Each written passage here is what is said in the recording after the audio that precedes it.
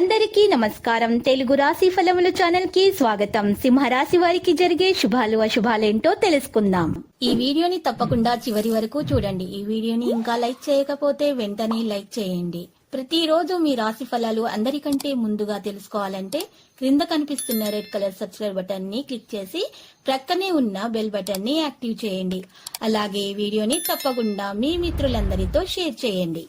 ఈ రోజు మీరు కల్లో కూడా ఊహించని అందమైన స్త్రీతో శుభవార్త అందుకుంటారు. ఈ వార్త వినగానే మీ మనసు గాలిలో తేలినట్లు అయిపోతుంది.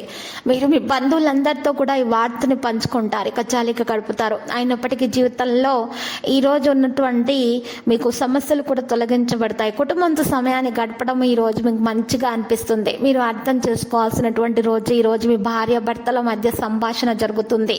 మీ భార్య భర్తల మధ్య ఉన్నటువంటి విభేదాలు తొలగించుకోవాలి, లేకపోతే ఆ విభేదాలు పెద్దదిగా అయ్యేటటువంటి అవకాశాలు కూడా ఉన్నాయి. మీకు ఈరోజు బాల్యదశ కూడా గుర్తుకు వస్తుంది. దానివల్ల మీరు సంతోషంగా ఉంటారు, మంచి మూడ్లో ఉంటారు.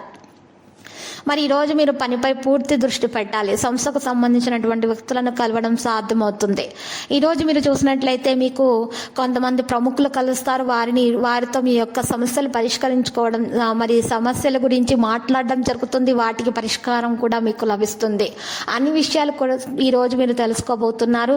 ఈరోజు మీరు పూర్తిగా మీ యొక్క కుటుంబ సభ్యులపైన శ్రద్ధ వహించాలి, లేకపోతే సమస్యలు మీకు చిక్కుకునేటటువంటి అవకాశాలు ఉన్నాయి. మీకు ఒక పని కారణంగా కూడా మీకు చిరాకు అనేది ఈరోజు సంభవిస్తుంది. మీరు కాస్త అలసటకు గురవుతారు. మీ ఆరోగ్య విషయాల్లో జాగ్రత్త తీసుకోవాలి, మీరు విశ్రాంతి తీసుకోవాలి, లేకపోతే నిద్రలేమి సమస్య వల్ల మీకు చాలా ప్రాబ్లమ్స్ అనేవి రావడం జరుగుతుంది. కాబట్టి చాలా వ్యక్తిగతంగా మీరు ఈరోజు విశ్రాంతి తీసుకోవాల్సినటువంటి రోజు. స్టాక్ మార్కెట్లపై ఆసక్తి ఉన్నటువంటి వారు లాభదాయకమైనటువంటి సమయంగా మరి వారికి తెలుస్తుంది.